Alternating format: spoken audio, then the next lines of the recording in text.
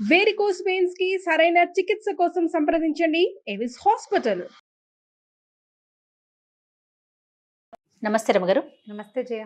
రమగారు, కార్తీక మాసం విశిష్టత ఇవన్నీ మనం మాట్లాడుకున్నాం. మరి నెక్స్ట్ మార్గశిర మాసం, ఈ మాసం యొక్క ప్రాముఖ్యత, అలాగే ఈ మాసంలో మనము అంటే కార్తీక మాసంలో కార్తీక పురాణం అంతా వింటాం కదా, మార్గశిర మాసంలో ఏం చేయాలి రమగారు? మార్గశిర మాసం అంటే అసలు భగవానుడు చెప్పాడు శ్రీకృష్ణ పరమాత్మ భగవద్గీతలో, మాసాన మార్గశీర్షోహం అని. నేను మాసాలలో మార్గశీర్ష మాసం అంటే పరమోత్తమమైన మాసం మార్గశీర్షం అంటారు. అయితే మార్గశీర్షంలో తొలి రోజుల్లో కాకుండా సంక్రమణం అయ్యాక సూర్యుడు రవి సంక్రాంతి ఎప్పుడు వస్తుంది? రవి సంక్రమణం ధనుర్ సంక్రమణం అంటాం. దాన్ని మనం నెలగంటు పెట్టడం, నెలపట్టు పట్టడం ధనుర్మాసం. ఆ ధనుర్మాసం రావడానికి 15-16 తారీఖులు అట్లా వస్తుంది. 12, 13, 14, 15 ఆ తారీఖుల్లో. అయితే మనకి ధనుసు మొదలైపోతుంది. ఈ మార్గశిర మాత్రం 5-6 తారీఖులకే వచ్చేస్తుంది. అంటే పాడ్యం మొదలయ్యాక ఒక 5-6 రోజులు 7-8 రోజులు గడిచాకే సంక్రమణం సిద్ధిస్తుంది. ఈ సంక్రమణం చెందాక చేసే వ్యవహారాలు వేరే ఉంటాయి. ధను సంక్రమణం అయ్యాక ఆ రోజు నుంచి చుక్కలు పెట్టి ముగ్గులు వేయటం మానేస్తారు. మొదట రథం ముగ్గు వేయడానికి వీలుగా గీట్ల ముగ్గులు వేయటం మొదలు పెడతారు. అవును. ముగ్గులు వేయటం, గొబ్బిళ్ళు పెట్టడం, తర్వాత ధనుర్మాస వ్రతారంభం చేస్తాం. తిరుప్పావై చదువుకుంటాం. అందరి ఇళ్లలో చదవరు, కొన్ని కుటుంబాలు ఖచ్చితంగా చదువుతాయి. కొన్ని దేవాలయాలు, విష్ణువాలయాల్లో ప్రత్యేకంగా ధనుర్మాసం చేస్తారు. తిరుప్పావై పఠనము, ధనుర్మాస వ్రత కథలు, వ్రతారంభము అది మొదలు పెడతారు.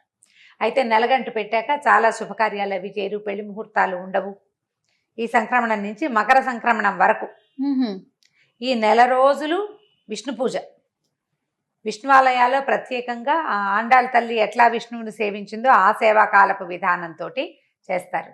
తిరుమలలో కూడా ప్రతిరోజు ఉండే ఇది కాకుండా, సుప్రభాతం కాకుండా ఈ నెల రోజులు తిరుప్పావై పఠనం చేస్తారు.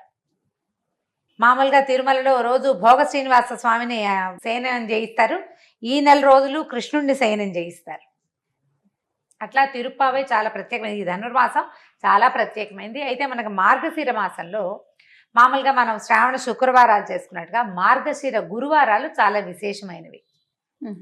మామూలుగా గురువారాన్ని మనమంతా గురువారం అంటాం. లక్ష్మీవారం అనే వాళ్ళు కూడా ఉంటారు.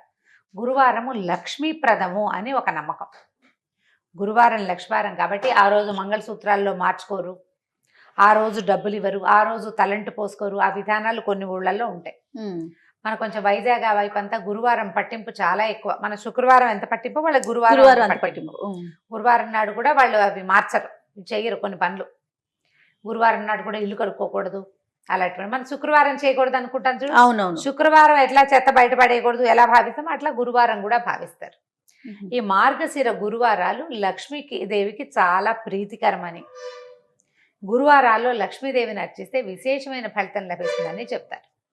మార్గశిర గురువార వ్రత కథ కూడా ఒకటి ఉంది. వ్రతంగా చేసే విధానం మార్గశిర గురువారాలు పట్టుకోవటం అంటే ఇక అటా చేస్తూ ఉంటారు. ఉద్యాపన చేసుకునేందుకు కూడా విధానం ఉంది దానికి. అయితే మనం ఆ వ్రతాలు అవి మనకు అలవాట్లేదు అనుకో, వ్రతం అలవాట్లేదు మనకి, ఆ వ్రత కథలు మనకు తెలీదు, విధానాలు అవి ఏమిటో చాలా టఫ్, అవన్నీ మన వల్ల కాదండి. పూజ చేసుకుందాం, లక్ష్మీ పూజ. పొట్టిగా లక్ష్మీదేవిని పూజించుకోవచ్చు కదా. గురువారం వ్రతాల్లో ఏంటంటే తలకి నూనె రాసుకోకూడదు, తల దూకోకూడదు, నూనె రాసుకుని తలంటి పోసుకోకూడదు. గురువారం నాడు ఒట్టిగా తలకి స్నానం చేయాలి. మనం బుధవారం నాడు నూనె రాసుకుని తలంటి పోసుకుంటాం. గురువారం నాడు ఒట్టి తల స్నానం, పసుపు రాసుకుని తల స్నానం చేయాలి విధి. తల పిడ పెట్టుకోవాలి, తల ఆరంగానే మూడేసుకోవాలి, కానీ తలకాయ దువ్వుకోకూడదు. ఆ రోజున తల అంటుకోకూడదు, నెత్తికి నూనె పెట్టకూడదు, తల దువ్వుకోకూడదు. ఈ 2 ప్రధాన విధులు. పూజ అయ్యేదాకా ఏమీ తినకూడదు. పొద్దున్నే పూజ చేసేసుకోవాలి తొందరగా. ఓకే, బాగుంటుంది. కథ కూడా చాలా విశేషంగా ఉంటుంది. ఇలా వ్రత కథలు కొన్ని మంచి ఆసక్తికరంగా ఉంటాయి. ఈ వ్రత కథగా చెయ్యక్కర్లేదు, వ్రతంలో ఉన్న విధానంగా చెయ్యకపోయినా తప్పులేదు. మనం వ్రతం తీసుకుంటే పెట్టుకున్నామనుకో, ఆ కథ చెప్పుకుని అక్షంతలు వేసుకుని ఇన్ని సంవత్సరాల మార్గశిర గురువారాలు చేస్తాను అని చెప్పుకోగలిగి ఆ ఇళ్లల్లో పద్ధతి ఉంటే పాటించటం. ఇంట్లో పద్ధతి లేని వాళ్ళు కొత్తగా మొదలు పెట్టద్దు. వ్రతం వద్దు, పూజే చేసుకుందాం మనం. లక్ష్మీదేవికి ఏమి ఇష్టం, ఆమెను పూజించాకే భోజనం చేయాలి. ఎవరికైనా ఏదైనా దానం ఇవ్వాలి. లక్ష్మీ పూజ ముఖ్యము. ఇది చేయటం ఈ 5 వారాలు 4 వారాలు వస్తే మొదటి వారము ఒక రకం, రెండో వారం ఒక రకం, అట్లా నైవేద్యాలు కూడా విశేషంగానే ఉంటాయి. నైవేద్యము చిత్రంగానే ఉంటాయి కథ ప్రకారం. మనం అవేం పెట్టం. లక్ష్మీదేవికి పాయసం ఇష్టం. పాయసంలో ఇంత శనగపప్పు వేసి వండండి. పరమాన్నం వండుకోవటం గురువారం పరమాన్నం వండుకుని నైవేద్యం పెట్టుకోండి. మామూలు లక్ష్మీ పూజ చేసుకుంటామా మనం ఎలా చేస్తాము? శ్రీ సూక్త విధానంతో చేసే అలవాటు కొంతమంది ఇంట్లో ఉంటుంది. శ్రీ సూక్తం రాదు మనకి. చిన్న పుస్తకాలు లక్ష్మీదేవి నిత్య పూజా విధానము అని దొరుకుతుంది మనకి. లేదా శుక్రవారం నిత్య గౌరీ పూజ, శుక్రవారం లక్ష్మీ పూజ అని కలిపి 5 రూపాయల పుస్తకం జయంతి ఉంటుంది. సన్నది ఒక 18-10 పేజీలు ఉంటాయి. ఓ పుస్తకం ఈసారి కొనుక్కు తెచ్చుకోండి. చిన్న చిన్న శ్లోకాలు టఫ్గా ఉండవు. ఒకదాని తర్వాత ఏం చెయ్యాలో చెప్తాయి. ఆ పూజా విధానం ప్రకారం పూజ చేసుకోండి. కూర్చుని ఇల్లు శుభ్రంగా చేసుకోండి. పొద్దున్నే ఇల్లు ఉడిచి తడిబట్టి పెట్టేసుకోవటం, బాకెట్లో ముగ్గేసుకోవటం, పెందరాళ్ళే చెక్కమని ఒంటి మీద నెత్తి మీద నీళ్ళు పోసుకోవటం, పూజ చేసుకోవటం. బ్రేక్ఫాస్ట్ ఎత్తేసి లంచ్ చేయండి పోని, లేదా బ్రంచ్ లాగా చేసుకోండి. వంట చేసుకుని అక్కడ పెట్టుకుని పూజ చేసుకుని తర్వాత భోజనం చేయండి. ఈ ఒక్క నియమం పాటించండి చాలు. తినకుండా పూజించుకోవాలి ఈ ఒక్క రోజు. ఓపిక లేదు మీకు, ఊరుకోండి, దండం పెట్టి లక్ష్మీ అష్టోత్తరం చదువుకోండి. వాళ్ళ మార్గశిర గురువారం చాలా మంచి రోజు అయితే సరిపోతుంది. సాయంకాల పూజ లేదు, ఇది పగటి పూజ పొద్దున్నే. సాయంత్రం లక్ష్మీ పూజ మనం ఎప్పుడు చేస్తాము? దీపావళి అప్పుడు చేసుకుంటాం. అవును. ఈ గురువారం లక్ష్మీ పూజ మాత్రం పొద్దున్నే చేసుకోవాలి. ఉదయకాలమే పూజ చేసుకోవటం, ఓ నమస్కారం చేసుకోవటం, పాయసం నివేదన చేసుకోవటం, కానిచ్చుకోవటం. ఇంకా తర్వాత ఇంకా వ్యవహారం ఏం లేదు. దీనికి ఏకభుక్తము భూషయనము లాంటి నియమాలు ఏం లేవు. పూజ మాత్రం ఇంపార్టెంట్. ఓకే. వ్రత కథ ఏమైనా చెప్తారా? చెప్తాం కదా. పూర్వం ఒక బ్రాహ్మణ కుటుంబం ఉండేది. సుశీల అని ఒక పిల్ల ఉంది వాళ్ళకి. అయితే సుశీల కాస్త 4-5 ఏళ్ళు వచ్చాక తల్లి మరణించిందట. తండ్రి ద్వితీయ వివాహం చేసుకున్నాడు. పెద్దగా అంత ఆపేక్షగా చూసేది కాదు ఆవిడ. పర్వాలా ఏదో ఒక మాదిరిగా చూసేది. ఆవిడకి వరుసగా పిల్లలు పుట్టారు. పిల్లల్ని ఎత్తుకుని ఆడించడానికి చిన్న పిల్లకి సుశీలకు అప్పచెప్పేది. ఎత్తుకుని ఆడించడానికి ఎత్తుకోవాలిగా, చేతిలో బెల్లం ముక్క పెట్టేది. బెల్లం ముక్క కాస్త నోట్లో వేసుకునేది, పిల్లలు పెట్టేది, ఏదో చేసేది. అయితే ఆవిడ మార్గశిర శుక్రవారాలు చుట్టుపక్కల నువ్వు నోచుకుంటుంటే ఈ అమ్మాయి ఏం చేసిందిట, తను కూడా మట్టితోటి చిన్న లక్ష్మీదేవి బొమ్మని చేసుకుని జిల్లేడు పువ్వులు పెట్టి పూజ చేసి, ఏదో పువ్వులు పెట్టి పూజ చేయాలి కదా, తనకి పెట్టిన బెల్లం ముక్కని నివేదన పెట్టేది, చేసుకునేది పూజ. కొంతకాలానికి పిల్లకి వివాహం అయింది. పెద్ద పిల్లకి పెళ్లి చేసేశారు. ఈ పిల్ల ఏం చేసిందట, తను పూజ చేసిన చిన్న లక్ష్మీదేవి మట్టి బొమ్మ ఉంది కదా, ఆ బొమ్మను కూడా పుచ్చుకెళ్ళిపోయింది కాపురాన్ని. సుశీల తీసుకెళ్ళిపోయాక పుట్టింట్లో ఉన్న సంపద అంతా పోయింది. వాళ్ళు చాలా దరిద్రులు, దౌర్భాగ్యులు అయిపోయారు. ఏమీ లేదు. ఎంతో బాధపడేవాళ్ళు. ఎందుకు మన పరిస్థితి ఇట్లా అయిందని చాలా చింతించేవాళ్ళు తల్లి తండ్రి కూడా. సరే అక్కడ అత్తారింటికి వెళ్ళింది. చక్కగా అక్కడ ఘనంగా మార్గశిర గురువారాలు పూజ చేసుకోవడం వచ్చింది. అక్కడ వాళ్ళు డబ్బులు ఉన్న చోట ఇచ్చారు. ఈ అమ్మాయి వెళ్ళాక వాళ్ళకి విపరీతంగా సంపద వృద్ధి అయిపోయింది. పొలం పుట్ర, గొడ్డు గోద, ఇల్లు వాకిలి, అబ్బో ఎన్నో ధనధాన్య సమృద్ధిగా ఉన్నారు. చక్కగా పూజ చేసుకునేది. ఇంకా సంపద ఇతోధికంగా వృద్ధి అవుతూ ఉంది. అయితే ఏమైందట, తల్లి తమ్ముడిని ఇచ్చి పంపించింది. మన పరిస్థితి ఏం బాగుండలేదు, అక్కయ్యని ఏదైనా సహాయం చేయమని. ఈవిడేం చేసింది, చూసి అయ్యో పాపం మన నాన్న పరిస్థితి బాగుండలేదని ఒక కర్రని, పొడుగ్గాటి కర్రని తొలిపించి అందులో వాసాన్ని తొలిచేసి అది నిండా బంగారు వరహాలు పోసి తమ్ముడు చేతిలో పెట్టింది. తీసుకెళ్ళి నాన్నకి ఇవ్వరా అని. వీడేం చేశాడు, ఎక్కడికో వెళ్తూ ఆ కర్రని ఎక్కడో పెట్టాడు, మర్చిపోయాడు. అక్క ఏమి ఇచ్చిందంటే కర్ర ఇచ్చింది, ఎక్కడో వదిలేశాను అన్నాడు. ఏం చేస్తారు, వాళ్ళ పరిస్థితి బాగుండలే. మళ్ళీ కొన్నాళ్ళకి మళ్ళా పంపించారు. కర్ర ఏం చేసావురంటే ఎక్కడో వదిలిపెట్టానక్క అన్నాడు. సరే ఈవిడేం చేసింది, చెప్పుల చేత కుట్టించింది నాన్న కోసం. చెప్పుల్లో లోపల వరహాలు పెట్టి కుట్టించింది. వీడు ఆ చెప్పుల చేత గుడ్డలో చుట్టి నాన్నకి చెప్పులు అని చెప్పిస్తే ఆ చెప్పుల చేత ఎక్కడో పెట్టి దేనికో చెరులోకి మంచినీళ్ళకి దిగాడు. ఎవరో పట్టుకుపోయారు. అయ్యో. మళ్ళీ 3ఓసారి వచ్చాడు. తల్లి బాధపడింది. అయ్యో ఏమిటి మన దరిద్రం తీరట్లేదు, పిల్లేదో సహాయం చేస్తోంది, ఏదో మొదలు పెడుతోంది, అదేమిటో అవటం లేదు. అందుకని 3ఓసారి పంపిస్తే ఆవిడేం చేసింది, గుమ్మడికాయని పైన డిప్ప తొలిచి దాని నిండా వరహాలు పోసి గుమ్మడికాయని మూత పెట్టేసి ఇచ్చింది. ఇంటికి పట్టుకెళ్ళి అమ్మ చేతికి ఇవ్వు, నేను ఇచ్చానని చెప్పాను. ఆ గుమ్మడికాయని చెరువు గట్టు మీద పెట్టి సంధ్యావందనాన్ని దిగట్టు తమ్ముడు. ఎవరో గుమ్మడి పండు బాగుందని పట్టుకుపోయారు. ఇంటికెళ్ళి చెప్పాడు గుమ్మడి పండు ఇచ్చింది అని. ఏదో పెట్టించి ఉంటుందని ఊహించింది తల్లి. ఏమిటో అవటం లేదు, నీకు ఇట్లా కాదురా, నువ్వు నాన్న అందరు ఉండండి, నువ్వు నాన్న ఇక్కడ ఉండండి, నేను చిన్నపిల్లల్ని తీసుకుని వెళ్తానని అక్కయ్య దగ్గరికి వెళ్ళి, కూతురు దగ్గరికి వెళ్ళి, ఏమిటి అమ్మ నువ్వు సహాయం చేసావు కానీ ఏమి అవటం లేదమ్మా, ఇట ఉందమ్మా అట ఉందమ్మా అంటే బాగా ఆలోచించుకుని, అమ్మ మార్గశిర మాసం వచ్చింది, గురువారం నువ్వులు నోచుకుందాం, మరి నువ్వు నా దగ్గరే ఉండు, ఏమి తినబోకమ్మా అని చెప్పింది.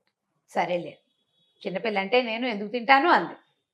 అన్నది పిల్లలకి చద్దనాలు పెడుతూ ఆవిడ పిల్లలకి తన పిల్లలకి కూడా ఓ ముద్ద నోట్లో వేసుకుంది. ఉప్పు సరిపోయిందో లేదో పెరుగన్నంలో నోట్లో వేసేసుకుంది. అయ్యో ముద్ద నోట్లో వేసుకున్నానంటే ఇక నోవు పనికిరాదుగా, కూతురు ఒకతే నోవు నోచుకుంది.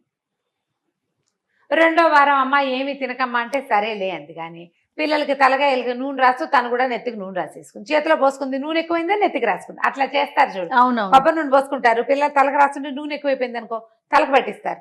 అసలు చాలా బ్యాడ్ ప్రాక్టీస్, అది చేయకూడదంట పెద్దవాళ్ళు. తలకి నెత్తికి నూనె రాసుకుంది, అది పనికి రాలేదు. మరి ఇంకేం చేస్తారు? సరే ఇంకో రెండో వారము పోయింది. మూడో వారం కూడా ఏం చేసింది ఈవిడ, పిల్లలకి ఏవో అవి ఇవి పెడుతుంటే మరమరాలు కింద పడింది, తీసి ఎత్తి నోట్లో వేసుకుంది. చేస్తారు కదా సహజంగా. మూడో వారం కూడా పోయింది. ఇక నాలుగో వారం ఏం చేసింది కూతురు, అమ్మ ఇట్లా కాదు ఉండని ఒక గొయ్యి తీసి గోతులో కూర్చోబెట్టింది అమ్మని. గోతు మీద ఒక చిన్న డబ్బా మూత పెట్టింది. నువ్వు ఇక్కడే కూర్చో, నా పని అయ్యేదాకా, పని అయిపోయాక నేను నిన్ను బయటికి తీస్తే వ్రతం చేసుకుందామని. పిల్లలు ఏం చేశారు, అరటిపళ్ళు తిని తొక్కలు పడేశారు, దాని మీద పడేశారు కదా, తొక్క ఒకటి గోతులోకి పడింది. ఈవిడేం చేసింది, అరటిపండుని అట్లా ఇట్లా చేసి అలా అరటిపండు లోపల ఒక గుజ్జుగా ఉంటుంది కదా, తెల్లగా పండుగ, ఆ తెల్లదాన్ని తీసి నోట్లో వేసుకుంది. ఇంత తోచక పోయింది. నాలుగో వారం కూడా తల్లి కూతురు అనుకుంది, ఏమిటి ఏం చేసినా వీళ్ళ ఇది కావట్లేదని ఏం చేసింది. ఐదో వారం నువ్వు నా వెనకాలే తిరిగని తల్లి చేతికి కొంగు, తన కొంగు కట్టుకుని తను ఎటు తిరిగితే అటు తల్లిని తన వెనకాలే తిప్పుకుని ఏమీ పని చేయనివ్వకుండా, ఏమీ చేయనివ్వకుండా చేసి మొత్తానికి పూజ మాత్రం పూర్తి చేసింది. ఐదో వారం పూజ చేసింది. వాయనం ఇవ్వడానికి లక్ష్మీదేవిని పిలిచింది. అదే అమ్మవారు వచ్చి కూర్చుంటుంది వాళ్ళ ఇంట్లో, ప్రతిమ ఉంది కదా, మట్టి ప్రతిమ. ఆవిడ నేను పుచ్చుకోనని పక్కకు తొలగి వెళ్ళిపోతే ఏడ్చింత సుశీల. ఇంత కష్టపడ్డాను, మా అమ్మ నా పుట్టిల్లు వైభవంగా ఉండాలని, ఎందుకమ్మా నువ్వు ఎందుకు వాయనం తీసుకో అంటే, చిన్నప్పుడు నువ్వు నోచుకుంటుండగా మీ అమ్మ నిన్ను చీపురుతో కొట్టింది ఈ సవితల్లి. అప్పుడు నాకు చాలా కోపం వచ్చింది, ఆ కోపం ఎలా తీరాలి నాకు, అందుకని నేను తీసుకోను వాయనం అనేసరికల్లా ఇవిడ లబలబలాడి బతిమలాడింది, మా అమ్మ నా తల్లిని క్షమించు, ఆవిడకి బుద్ధి వచ్చింది, ఇప్పుడు చూడు ఎంత బాగా ఉంటుందో నాతోటి. వాళ్ళ తెలీదు, మాత్సర్యం ఉంటుంది మనుషుల్లో, తెలియక చేసిన పని కదా, ఈ మత్సరం రేపు నాటికి నన్ను ఇబ్బంది పెడుతుంది అనే ఇంగితం లేక ప్రవర్తించింది, మా అమ్మని క్షమించు, నువ్వు నాకు సహాయం చేయి, నా పుట్టిల్లు కూడా బాగుపడేలాగా చేయవా అని బతిమలాడితే, సరే మళ్ళీ నోవు నోయించమని. అప్పుడు మళ్ళా వచ్చిన గురువారంలో నోవు నోయించింది తల్లితోటి. ఆ తర్వాత ధనధాన్య వృద్ధి జరిగింది. కథ చెప్పుకొని, ఈ కథ చెప్పుకుని అక్షింతలు వేసుకోవాలి. ఆ రోజు పూజ అయ్యేదాకా తల దువ్వకూడదు, నూనె రాసుకోకూడదు, ఆ నియమాన్ని పెట్టుకోవాలి. ఏమీ తినకూడదు. ఎవరికైనా ఈ కథ చెప్పాలి. ఈ కథని ఎవరికైనా చెప్పాలి, అది నియమం. కథ చెప్పించుకోవాలన్నమాట. కథ చెప్తాను వింటావా అని ఇక్కడ చెప్తుంటారు. నా ఫ్రెండ్ పావని ఉంది కదా, రమా కథ చెప్తాను వింటావా అంటుంది, ఫోన్లో చెప్తుంది అనమాట కథ. ఎవరికైనా చెప్పాలి, చెప్తే మంచి ఫలితం లభిస్తుంది. ఈ కథను చెప్పుకొని అక్షింతలు వేసుకోవటం. ఇప్పుడు మనం ఈ కథా విధానము, వ్రత విధానము, ఇంకా అవి ఉన్నాయి ఇందులో పద్ధతులు, నేను కొంచెం బ్రీఫ్గానే చెప్పాను. ఇళ్లలో ఉన్న వాళ్ళు చేసుకుంటారు. స్త్రీల వ్రత కథలని పుస్తకాలు ఉండి వ్రత కథలు ఫాలో అయ్యి వ్రతాలు చేసుకునే వాళ్ళు ఉంటారు, ఆ కథలు ఫాలో అయ్యే వాళ్ళు అవుతారు. మీ ఇంట్లో లేకపోతే దీన్ని మొదలు పెట్టుకోవద్దు, వద్దు. పూజ చేసుకోండి లక్ష్మికి, అంతే. మార్గశీర్ష మాసం భగవంతుడితోటి సమానమైన మాసం. ఈ మాసంలో సూర్య సంక్రమణం అయిన తర్వాత, ధను సంక్రమణం తర్వాత చేసే పూజా విధానాలు ఒక ఎత్తు అయితే, ఇందులో వచ్చే 4 లేదా 5 గురువారాలు పూజిస్తే విశేషమైన ఫలితం లభిస్తుంది. లక్ష్మీ ప్రసన్నంగా ఉంటుంది. అమ్మవారి నిత్యానపాయని, స్వామిని వదిలిపెట్టదు. విష్ణు పూజ చేసే నెల ఇది. ఇలాంటప్పుడు లక్ష్మిని కూడా పూజిస్తే మనకి ఫలితం బాగుంటుంది. కాబట్టి ఈ 4 వారాలు 5 వారాలు, ఈసారి ఎన్ని గురువారాలు వచ్చినాయో అన్ని గురువారాలు నియమంగా లక్ష్మీ పూజ చేసుకోండి. లక్ష్మీప్రదమైన పువ్వులు కానీ, పళ్ళు కానీ, తర్వాత పసుపు కుంకుమలు ఎవరికైనా ఇవ్వండి, మంచి ఫలితం లభిస్తుంది తప్పకుండా. నమస్తే.